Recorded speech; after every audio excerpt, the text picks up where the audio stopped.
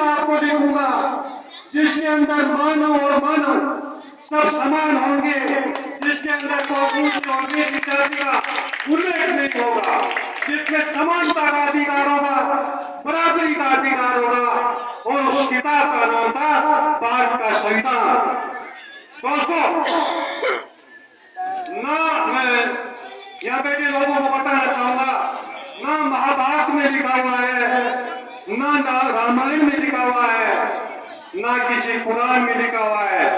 हाँ, हमारे ग्रंथों को 4 भागों में जरूर बांटा गया है, शूद्र, वैश्य, क्षत्रिय और ब्राह्मण।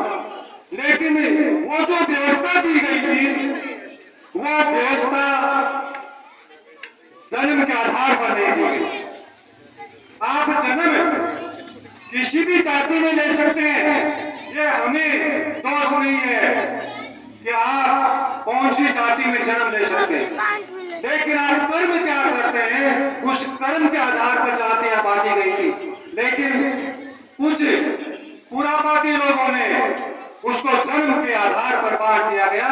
इसलिए आज ये जो चल रहा है जाति और पार्टी का भेदभाव, उसके विपरीत बाबा साहब ने आवाज उठाई।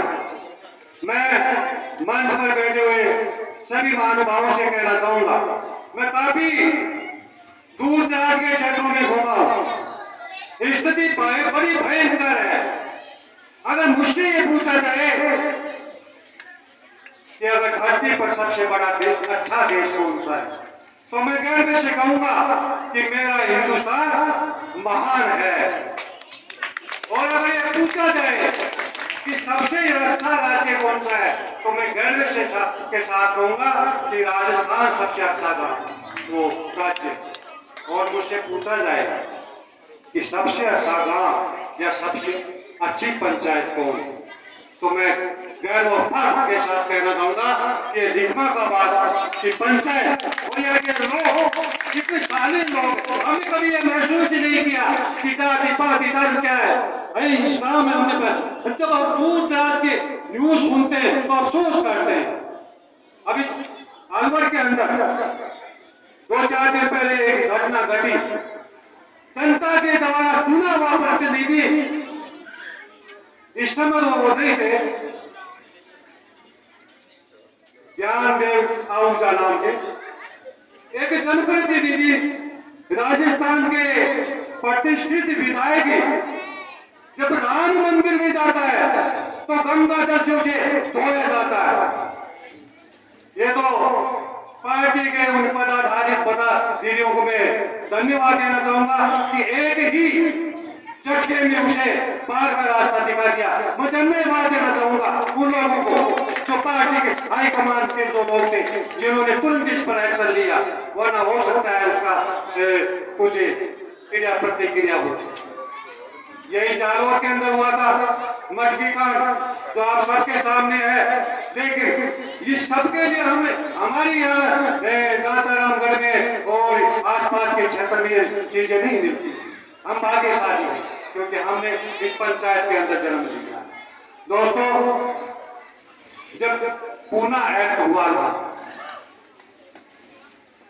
जब लंदन से कमीशन बनकर यहाँ आई थी, उस समय बाबा साहब ने एससी और एसटी के लोगों, दलित लोगों के लिए अधिकारों की मांग की।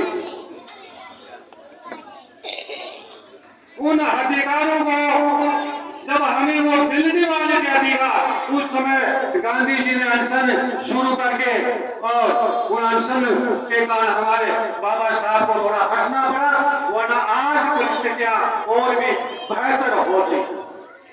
इसलिए आज मैं बड़े फख्र के साथ कहना चाहता हूं कि हमारे समाज का बच्चा डॉक्टर बनकर मंच के ऊपर विराजमान है। वो पहली बार हुआ है कि हमारे गांव का बच्चा डॉक्टर बनकर और मंच के ऊपर विराजमान हुआ। हमें उन परिवार से, उस बच्चे से ये हमें सीखना चाहिए कि विषम परिस्थितियों के अंदर कैसे बच्चा डॉक्टर बनता है। हमारे आसपास के अंदर एक कोटड़ी गांव है। राजस्थान का पहला गांव है वो, जहां पर 100-150 डॉक्टर है। वहां पर हर घर में डॉक्टर है, 300 के लगभग। मैं चाहता हूं इस गांव के अंदर भी हर गांव, हर घर और परिवार के अंदर डॉक्टर, इंजीनियर, अध्यापक, पुलिस में बड़े बड़े अधिकारी बने, राजनेता बने। ये जरूरी नहीं है कि भाई अपने सरकारी सेवा में जाए। अगर राजनीति भी करनी है तो आप राजनीति में भी अपना भविष्य बनाएं, लेकिन जिस भी काम को आप करते हैं उसे तय दिल से करें।